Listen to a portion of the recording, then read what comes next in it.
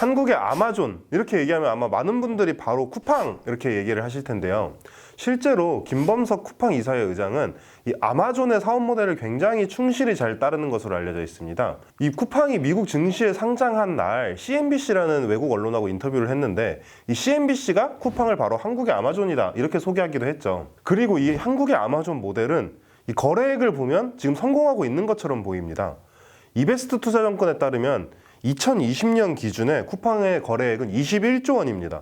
2019년과 비교해서 무려 66%가 늘었어요. 하지만 과연 이 쿠팡의 사업 모델이 성공할 수 있을지에 대해서 이 의구심을 보내는 사람도 계속해서 늘어나고 있습니다. 이 김범석 의장은 쿠팡의 적자가 계획된 적자라고 말을 하는데 과연 이 계획된 흑자는 그럼 도대체 언제 나오냐? 이거에 대해서 의구심을 보내는 거죠. 김범석 의장이 CNBC랑 인터뷰 있잖아요. 거기서 이런 질문을 받았어요. 과연 쿠팡은 언제 흑자가 나냐? 그러니까 김범석 의장이 대답이 이랬단 말이에요.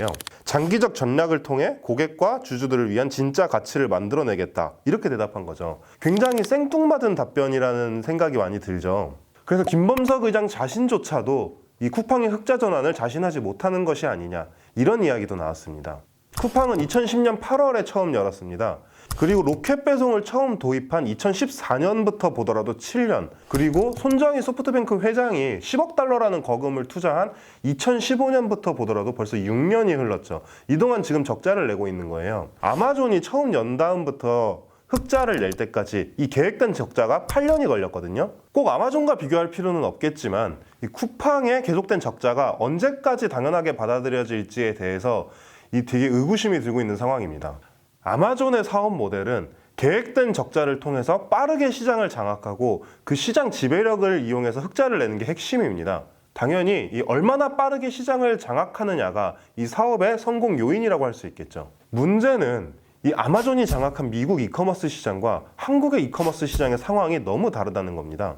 유안타증권의 유 다니엘 연구원은 CNBC와 인터뷰에서 이렇게 얘기했습니다. 여러분이 진짜로 알아야 하는 것은 한국 이커머스 비즈니스 환경에서 그들, 쿠팡이 거대한 수익을 과연 낼 수 있느냐 하는 것이다. CNBC는 이 인터뷰 뒤에 이렇게 덧붙였어요. 쿠팡은 지금까지 아마존과 알리바바와 비교되었다. 하지만 유 연구원은 미국과 중국의 소비 시장이 한국보다 훨씬 크다고 말하고 있다. 글로벌 시장조사 기관인 이마케터에 따르면 2020년 기준 미국 이커머스 시장 규모는 7,098억 달러, 중국은 무려 2조 8천억 달러입니다. 반면 한국의 이커머스 시장 규모는 1,041억 달러에 불과해요. 문제는 시장 규모만이 아닙니다.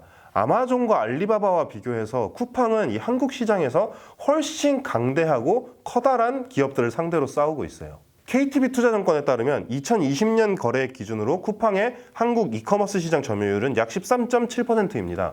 17.4%인 네이버에 의해서 2위죠. 쿠팡보다 점유율이 높은 네이버를 일단 제쳐둔다고 하더라도 다른 경쟁자도 만만치 않습니다. 4위인 11번가는 SK그룹, 그리고 5위인 롯데오는 롯데그룹, 6위인 SSG 쓱닷컴은 신세계그룹, 이렇게 엄청난 대기업들이 뒤에 버티고 있는 이 이커머스 기업들이 바로 쿠팡의 경쟁자들이거든요. 특히 롯데그룹과 신세계그룹은 우리가 전통적인 유통 공룡이라고 부르잖아요.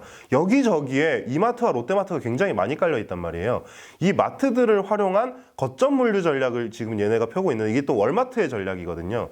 이런 유통 공룡들의 전략이 또 쿠팡에 위협이 될 수 있다는 얘기도 나옵니다. 김범석 의장이 쿠팡 출범 시기부터 계속 말해왔던 게 있어요.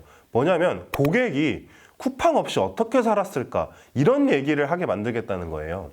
근데 이 말이 현실화되려면 대부분의 고객이 쿠팡을 쓰고 있어야 되겠죠.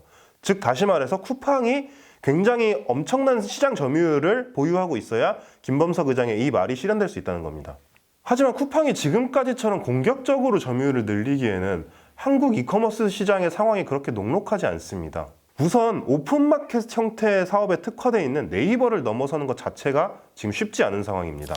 네이버는 최근 이커머스 관련 사업 설명회에서 우리는 쇼피파이 모델을 따른다, 이렇게 얘기를 했어요. 아마존 모델을 따르고 있는 쿠팡과는 완전히 다른 길을 가겠다라고 선언을 한 거죠. 쇼피파이가 우리나라 사람들한테는 별로 익숙하지 않을 텐데 여기가 캐나다의 이커머스 업체거든요. 글로벌 이커머스 시장에서는 아마존의 대항마로 굉장히 샛별처럼 떠오르고 있는 곳이 바로 쇼피파이예요.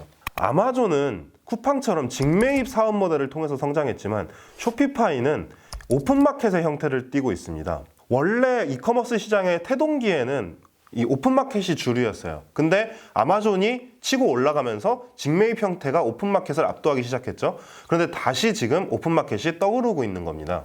네이버는 바로 이 오픈마켓 형태의 사업을 펼치는데 굉장히 특화되어 있는 기업이에요. 트래픽 분석 사이트인 인터넷 트렌드에 따르면 올해 4월 1일부터 4월 17일까지 네이버의 국내 검색 엔진 점유율은 무려 57.56%입니다.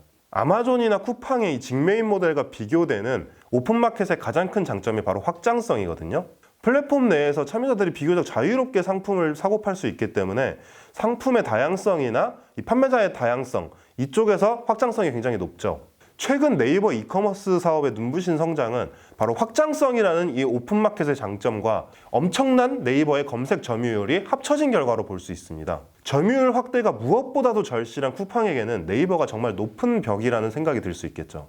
국내 이커머스 시장의 12%를 차지하고 있는 이베이 코리아의 매각 역시 쿠팡에게는 굉장히 민감한 주제입니다. 당장 롯데가 이커머스 사업에 명운을 걸다시피 하고 지금 이 이베이 코리아 인수전에 뛰어들고 있어요. 이베이 코리아가 롯데나 이마트 혹은 11번가에 넘어가게 된다면 단순 합산으로 쿠팡의 점유율은 3위까지 밀리게 되죠. 요기요 매각 역시 마찬가지입니다. 요기요는 배달업체죠. 이 배달업체가 이커머스 시장에도 굉장히 뜨거운 감자입니다. 왜냐하면 이커머스 시장에서 지금 가장 중요한 주제 중에 하나가 신선식품 새벽 배송이거든요. 근데 이 배달업체는 신선식품 새벽 배송과 굉장히 좋은 시너지를 낼 수 있는 사업이죠. 하지만 여기서도 지금 신선식품 새벽 배송의 엄청난 강자인 SSG닷컴이 이 요기요 인수전에 굉장히 적극적으로 참여하고 있습니다. 심지어 요기요를 운영하고 있는 딜리버리 히어로 코리아는 애초에 처음부터 배민의 이제 경쟁력을 유지하기 위해서 쿠팡은 쿠팡이츠를 운영하잖아요. 쿠팡은 아예 매각 대상에서 제외한다고 밝히기도 했습니다. 김범석 의장은 5월 13일 쿠팡 1분기 실적 발표 컨퍼런스 콜에서 이렇게 얘기했습니다. 신선식품 새벽 배송과 음식 배달 카테고리는 지난해 굉장히 빠르게 성장했지만 아직 쿠팡의 침투율이 낮은 수준이기 때문에 앞으로 성장 가능성이 높다.